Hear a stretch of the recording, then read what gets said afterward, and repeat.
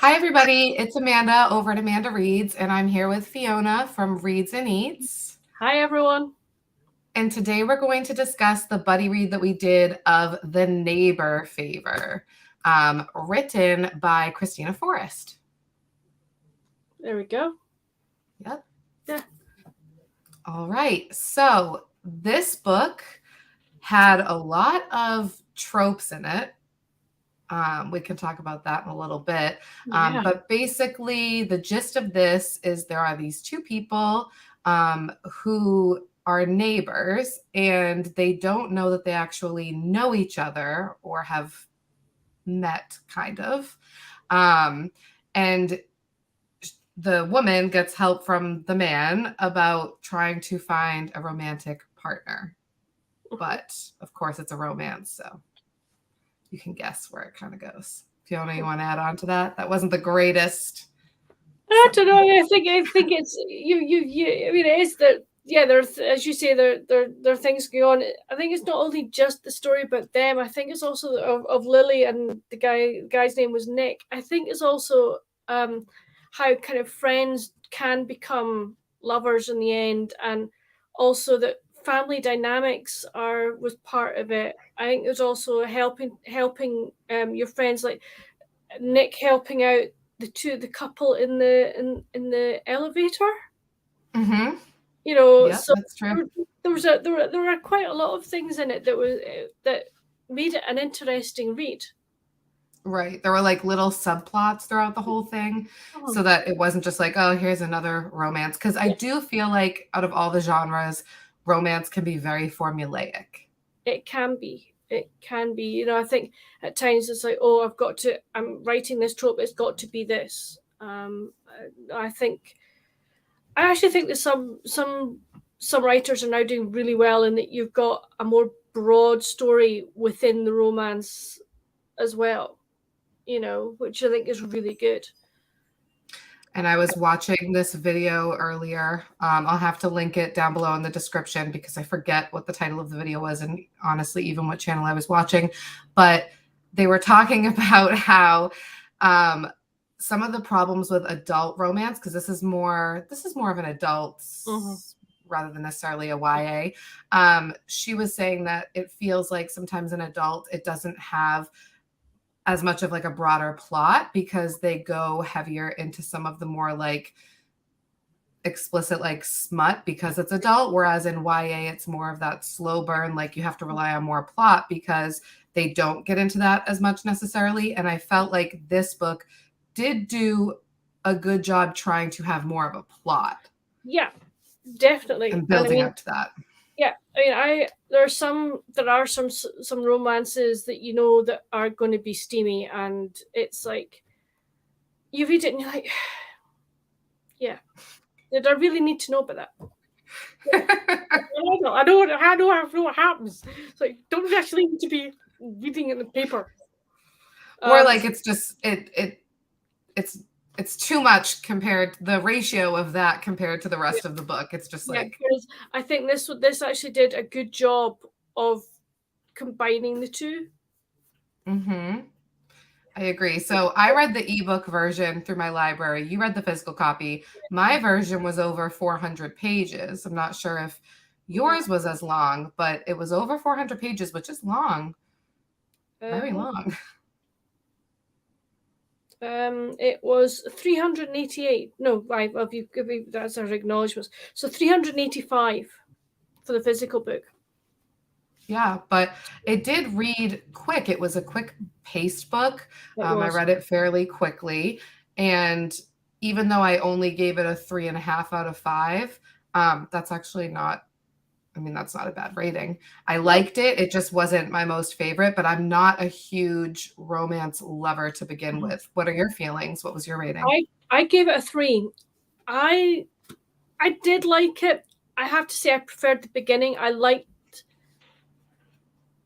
the email section. I thought that was really well done, and I had hoped she would have kept that going for a wee while longer. I think it kind of lasted for a minute. It lasted a wee while, and I was like, oh come on, I want more of this, because I liked I liked the way it was done. What I did find is I found Lily's sisters too overbearing. That they really annoyed me, and I think that probably shows in my rating, because I gave it 3. I think it could possibly have had more if I didn't find them so annoying. You know, I just think, come on, mind your own business. I know they wanted her to find love, and I appreciate that, because they were both happily in relationships. But I think something happens in one of them. I cannot remember. As you say, it was March when we read this. But I just thought, okay, just because you're loved up, it doesn't mean everybody else has to be. And I just found that I was with Lily. It's like, give her a break. Just let her find her own man. Let her find her own way. And I just, so that was kind of why it got a wee bit less than you did. Yeah, and I can appreciate that sentiment about the sisters being frustrating. I did acknowledge, like, internally, there are sisters that do that and are that, like, overbearing and want to be involved in everything. I think it's less common than having the dynamic of, like, people giving each other the space and freedom to do what they want to do. Yeah. But, like, a part of me, I do watch this show Extreme Sisters on TLC, and it's about these, like, sisters who have very unconventional close relationships, and so it kind of, like, reminded me of that, but on a lesser scale. But no, I know those little, it was almost just, I don't know if it was necessarily the way they interacted, it was just that it didn't necessarily do much to help the book, because her sisters wanted to help her, but what she ends up finding is really not due to her sisters. I mean, kind of indirectly, it goes with an event in the book. There's a wedding that she needs a date to. So that kind of gives the venue for a date to happen, but her sisters don't really, like, help her. But I did like reading, like you said, the emails are my favorite part. I love when books have that, like, multimedia format, because it makes it so quick. Yes. And I liked reading about the dates her sisters set her up with. I thought that was really funny, and I liked that. Yeah, I thought that was very, and I think also the fact that when Lily and Nick end up living in the same, shall we say, apartment block, that, as you say, they don't know who each other is, or that they know each other via the emails. And the fact that they start this friendship and just take it from there, I think is great. And I really like the fact that, as I say, Nick he wanted to help other people along the way. I can't remember the friends' names, but there's one scene where he's talking to this man in the lift, in the elevator, and Lily comes in as well, and the guy's wanting to ask another lady in the apartment blocks out, and Nick is giving him dating advice, and I just thought it was really good. And I liked the fact that Lily just stood and listened to it and thought, he's actually a really good guy for doing that. He's wanting to help his friends out, which I thought was really, really nice. And it was a nice dynamic, as it were, because those two friends suddenly become her friends as well, which was good. Yeah. Okay, I have a question for you. So what drew me to wanting to read this book was the idea of a romance that was kind of powered by books. I love reading books about books, people reading. I was expecting, I feel like that plot point was prevalent throughout the whole story, but I was wanting it to be more. And I wanted to know your thoughts. Do you agree or disagree with that? I totally agree. I was like, we seemed, once we got past the email stage, that bit was, the chat about books was almost forgotten about. There were little snippets, later on. And especially kind of once she kind of worked out who he was, and he was having that certain issue with, I'm not saying, you know what I'm talking about. I don't really want to spoil this, and I like the fact that she helped him with, the ideas for the, that he was struggling with. So I did like that, but like you, I would have preferred more book chat. Definitely. Yeah. Yes. So for a little bit of extra detail, the male Nick, he has written one book under a pen name. Yeah. So he has communicated with our main character, Lily, because she's a fan of the book. But Lily doesn't know it's a pen name, so she doesn't make any sort of connection that Nick is the person that she's also talked to. So yeah, I don't want to, like I said, and like you've said, romance, you kind of know where it's going. Yeah. If it's a romance. So you don't want to give away all those little details that make it unique. Yes, exactly. I would say that if you like romance, that this is like a very easy read. It's light. There are some points of contention, but it's nothing that you're going to lose sleep over. And, if you're looking for something that you'll fly through and that leaves you like feeling happy, I feel like this is a fair choice. Yeah, I think this could be, a good, shall we say, summer beach read. Or sitting by the pool read, is not one that you're going to have to sit and really, really think about. But there are, although it's an easy, light read, there are some topics. I'm afraid it's escaped me why Nick used the pen name, etc. There's something, like you said before we came on air, there's something to do with his dad, and, that's why Nick used a pen name. He doesn't want his dad knowing he's written a book.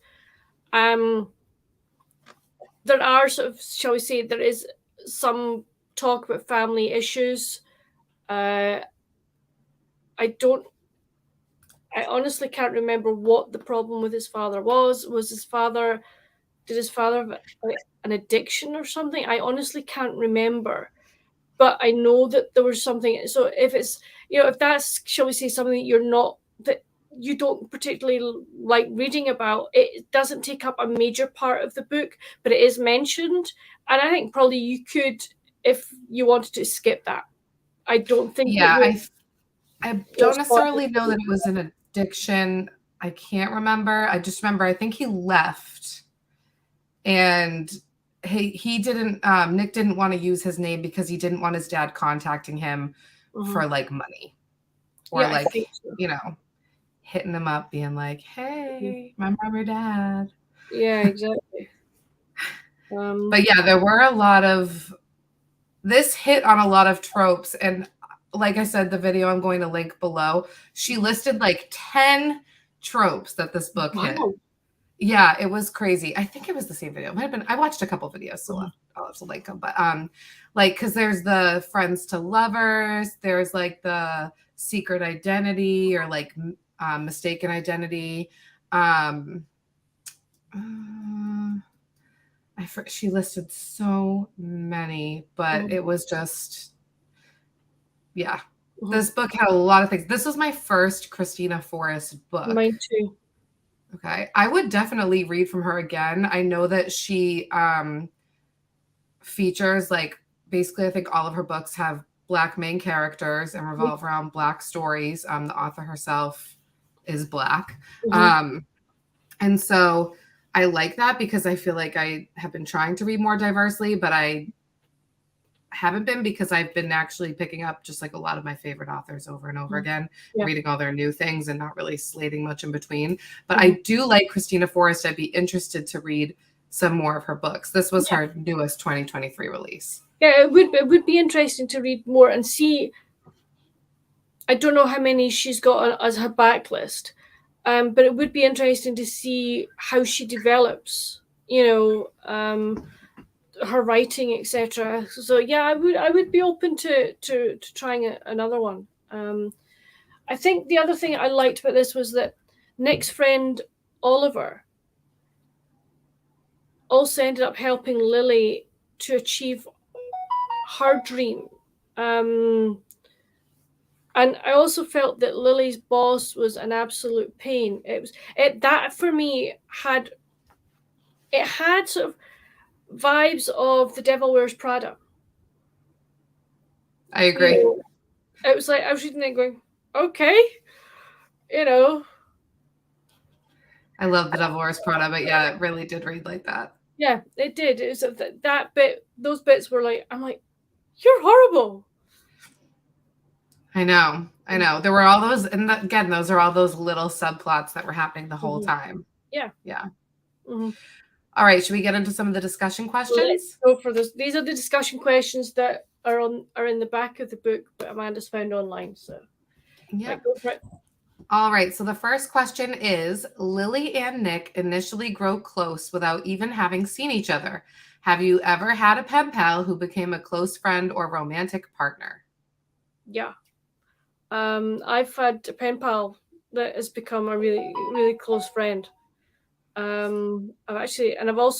the other thing is like, I've got YouTube friends who become close friends. You're one of them. It's like, we didn't know each other, but because we started following each other on YouTube, we've become really good friends, and that's brilliant. I think that's part of the thing about either being a pen pal or a YouTube friend. A real friendship can bloom from that, which I think is brilliant. I agree.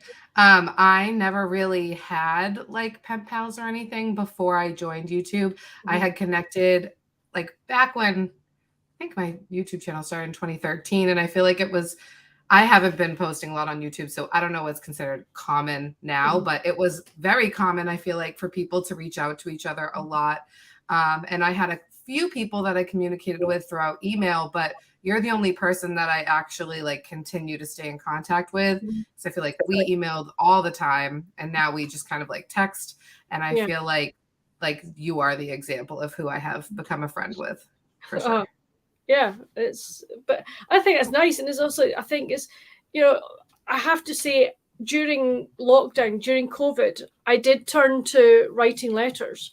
I think you were a recipient of a number of them, because I love writing letters. It's one of the things that my grandmother used to write letters, and I think I'm the one in the family that's inherited that. I love to sit and write letters. So you never know, during the summer you might get an epistle. All right, I'll read it on the beach. All right, number 2. All right, this has to do with the work. Okay, go for it. So Lily struggles to move forward in her career due to both internal and external circumstances.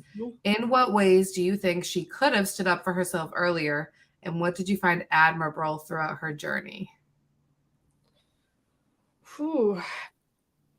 Start with the first part. What ways do you think she could have stood up for herself?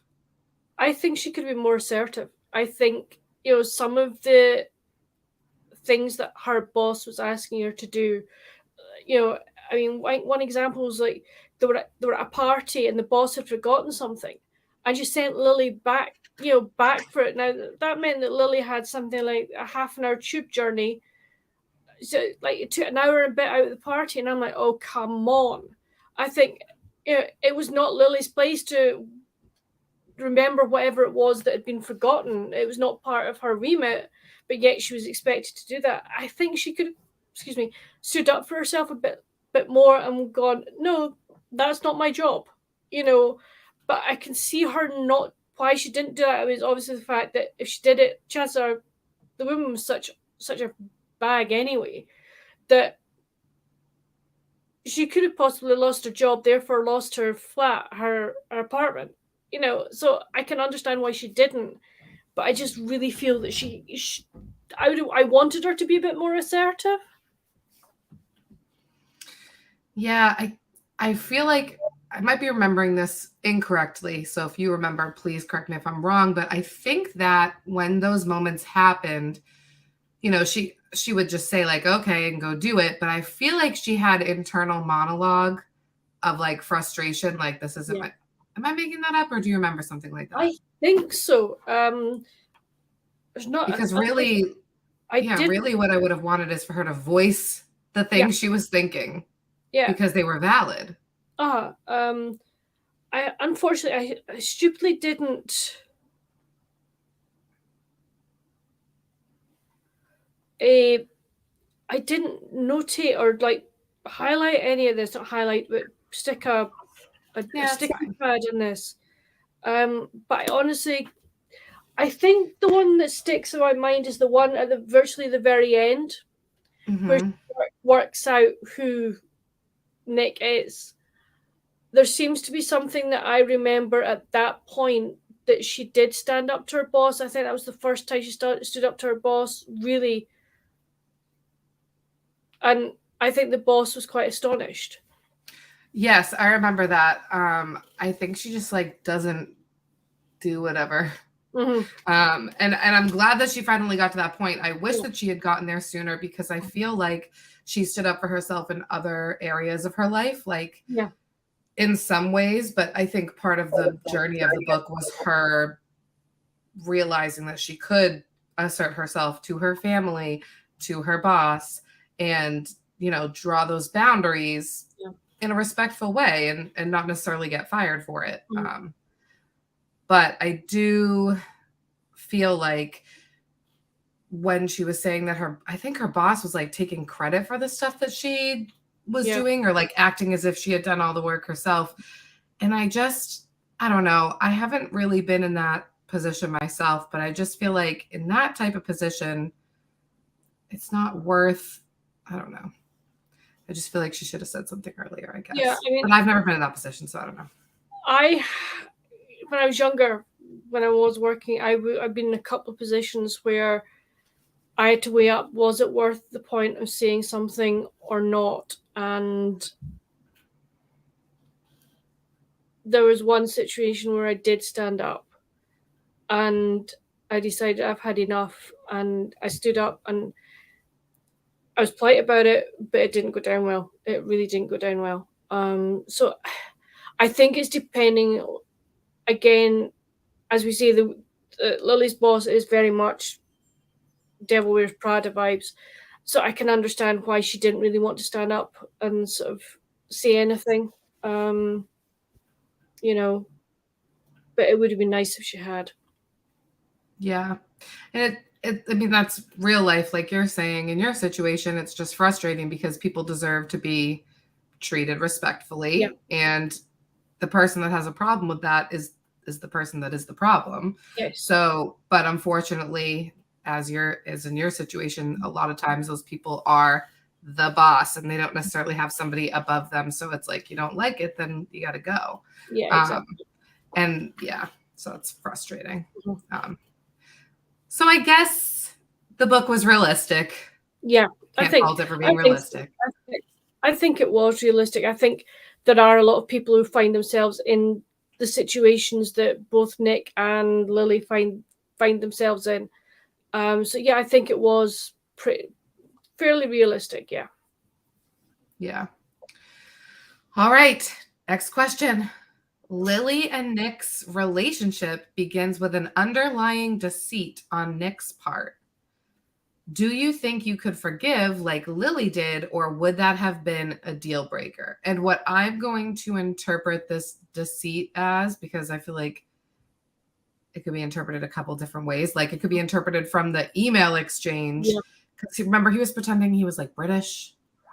Yeah, I think so. Yes. Stuff. So like that was deceitful. Yeah. Or do we want to talk about it from like where he figured it out and then was being deceitful even after he made the connection? Which one do you want to choose? I think it's very hard. I think I can understand why. I mean, if we go with the email one, the email part first, to put this into context, could you forgive all those things that he lied about in the emails? I'd find it hard. I think the fact that, you know, the emails were because he'd found the website that his boss or his publicist had set up. He didn't think anyone ever read it. Lily did. She responded, so he felt he had to respond. I think when he worked out when he stopped emailing, I think that was pretty rotten. I think he should have, if he could have tried to explain. Then when he worked out, when they're living in the apartment blocks, who she was, I think at that point he should pause it. He should have come clean. I don't think it was right that he didn't. Could I forgive? Oh, I think I would find it very hard, if I'm honest. How about you?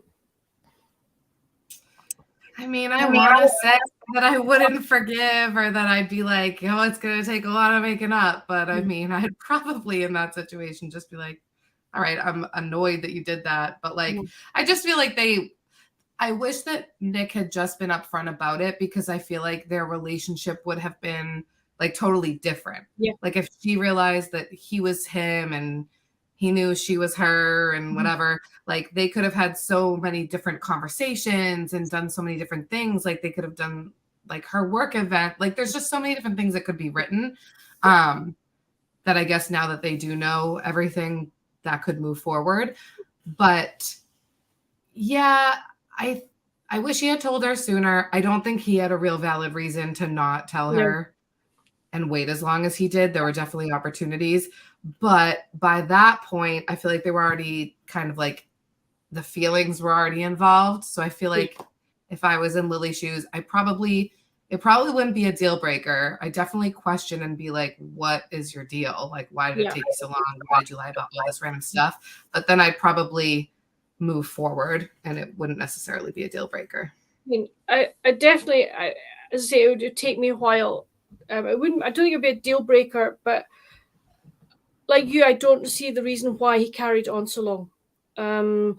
I think that the relationship would have been stronger if he'd sort of said from the beginning, because I think that way that they both have had this, they could have given each other the strength that each required earlier on in order to face things.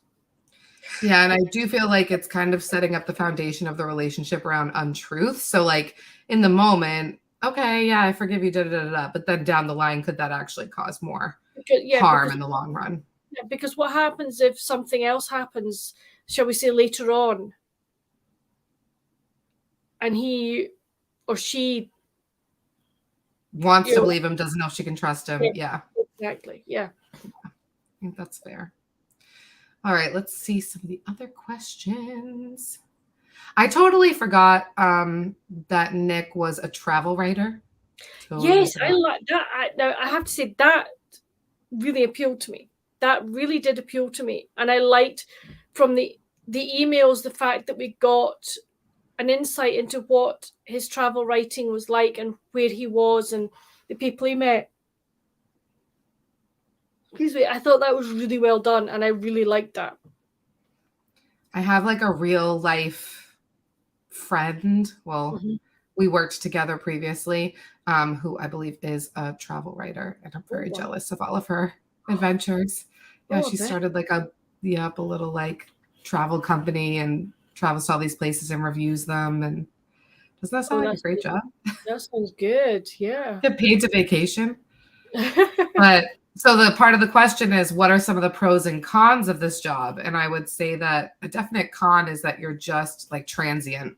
Yeah. Never really in one place at one time. I feel like the schedule can be kind of out of your control. Like, and you can't really make plans because you never know, like something could just pop up. But pro obviously is you get to see the world. Yeah. I think another con is that you don't get to put down roots. You don't get to have one place that you can call home that you, I suppose you could if you own your own house or apartment or whatever, you have that to come back to. But then if you're always traveling, you're not making connections within your community. So therefore, you're always going to feel like an outsider. Would you want to be a travel writer? Someone offered you a job tomorrow? No. No. No. Okay. One I think, I think I've got if I didn't have any ties, it's a possible that you would think about it. But because there's so many things that I do have, that I'd find that very hard. Also, I'm one of these strange people that when I go away on holiday, I get very anxious. So beforehand, so kind of my first day of travel is not very good for me. But when I'm there, I have a ball. I have a great time. But I think it would be very interesting if I was younger. If I'd been younger and I had that opportunity, I'd probably think, yeah, let's go, let's take it. Because, as you say, to see places in the world. But I think the other thing is you maybe don't get to choose where you want to go. I think you're just sent. Excuse me. There are certain countries in the world that yes, I want to see. There are other places that I'm like, no, don't have any interest for me. So I don't know how flexible you could be with that. Going, oh, no, I won't take that. I'll take that one. Yeah. How about you? I don't think I would. I wouldn't at this stage in my life, at least. Yeah. I feel like maybe like when I graduated from college, I would have 100% jumped on that opportunity because, as you said, although I had like my immediate family, I didn't have like a partner, a child, an animal. So it's just different. But I would definitely, at their ages, because I think they're in their mid 20s. Yeah. I would have definitely done it. But I think that time has passed. Now it sounds like more work than fun. Yeah. To travel, because I'd be like, I'll travel with all these people with me, and then that would just be horrible. So sticking on the travel sort of theme, if you could pick, say, your top 3 places that you want to go to in the world, where would you go? Money is no object. No, you can't go. I don't have the money to that. You've just won everything you want in the lot or whatever. You've got the money to do it. Where would you go? Oh, that's really hard. Only 3. I don't know, because there's so many places just within the United States I haven't been that I want to go, but then there's so many places around the world I want to go. So, it's hard. I guess I wouldn't. Okay. I won't go back to any places I've already been. So let's see. Keep those ruled out. I guess I would want to go to Italy. I would want to go. Oh, I forget what country it is. Is it Finland or like Norway? Wherever they have those like igloo hotels where you go under the night sky and your thing is like glass, so you can see the what's it called, the Northern Lights. Yeah. You have them in Norway, you have them in Finland, yeah, so you can see the Northern Lights. That's like one of my bucket list items, is to see the Northern Lights. And then what would my last one be? I don't know. I kind of want to go to Greece. Okay. I guess that's 3. Good. But I also want to go to Paris. I don't know. I don't know. One of those out of those 4. Okay. What about you? Vienna's. I definitely want to go to Vienna. I want to go, like you, to see the Northern Lights. That is a must for me. And I'm going to say I would love to do the Rocky Mountain Rail journey, especially at fall, and see the color. And then I would tack on to that. I would come down into New England and stuff, and I would come visit. Yeah. I know, it's like I also want to go to Scotland. So 3 is a tough choice. 3 is a tough choice, yeah. But there we go. All right, fair. Okay. Let's pick maybe like 1 or 2 more. Okay.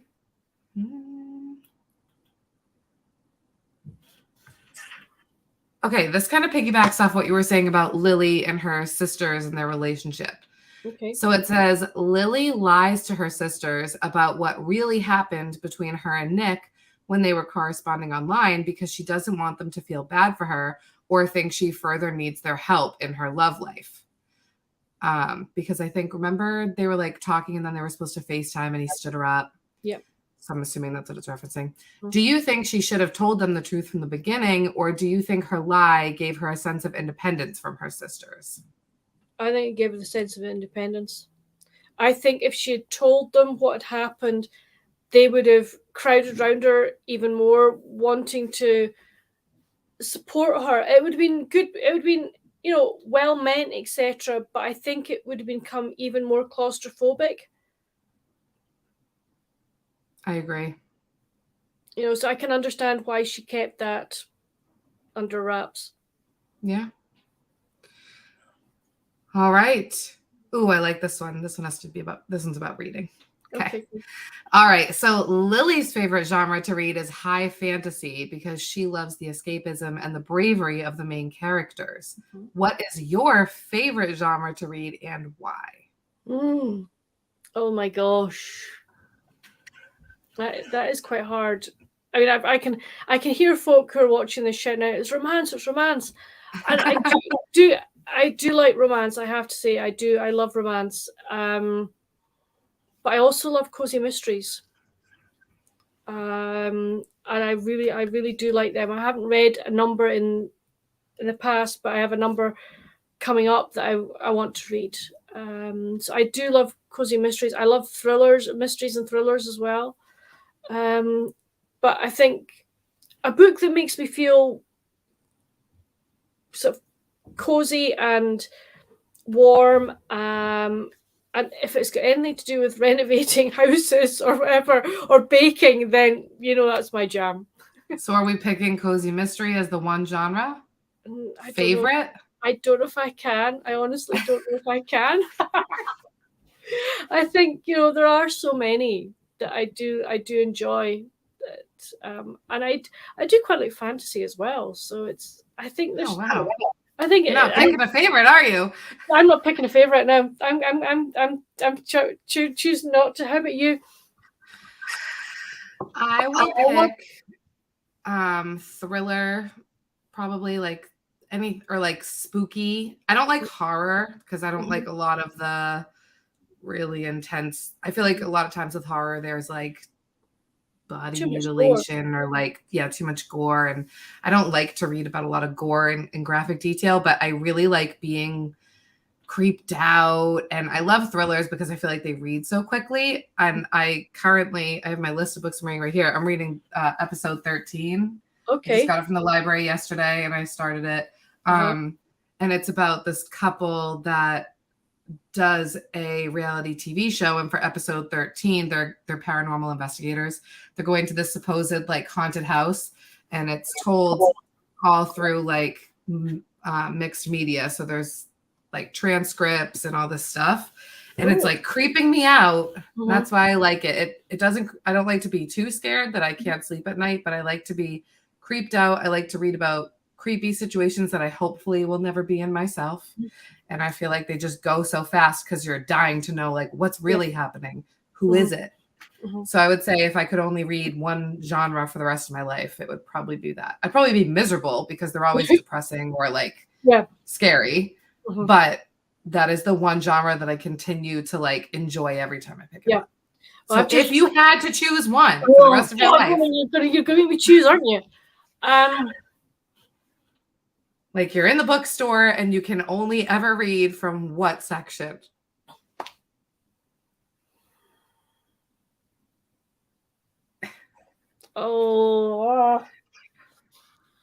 Just think of it as you're ranking them. So you love all the ones you talked about, but if you had to.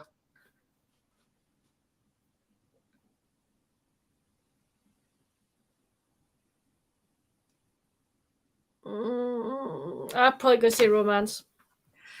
I think that's a good choice. I feel like that's what I was expecting you to say, because you can get a lot of other genres in romance. Subplot romance, yeah. But talking about your spooky sort of thrillers, I just finished last week First to Die by James Patterson. I think I read that. It was superb. It was I am not joking. I was absolutely flying through that book. Actually, you know what? I don't think that's the first one in a series, right? Yeah. I forget the name of the series. Is it the Women's Murder Club series? Something like that. Yeah. So I have not read that, but I don't read James Patterson like all the time. But I did get really into his Alex Cross series. Haven't read that. Like as soon as I got out of college, I read like the first his series just go on and on and on. They never end. I think I read like 12 of them. Wow. And I was flying through them. They're creepy. Alex Cross is a detective. And so it's like all these police cases. So I actually do have that First to Die series on my Kindle, I think, because I went through that phase. I just got like everything that he'd ever written at the time. I never got around to reading any more of them, but I really like his mysteries and stuff. So it was very good. So I would recommend it. I really would. Yeah. Maybe a buddy read. So I might as well pick it up. If you read the first one and you like it, the second one? The second one is a buddy read. Fair enough. Cool. All right. Good. All right. What else do you want to say about this book? Do you feel like we said it all there is to say? I think there is. You know, I say we don't want to spoil it for anybody. But I think, you know, it was a good read. The two main characters were actually enjoyable to read about. I did like them. Yeah, I think a lot of people will really like this book. Yeah.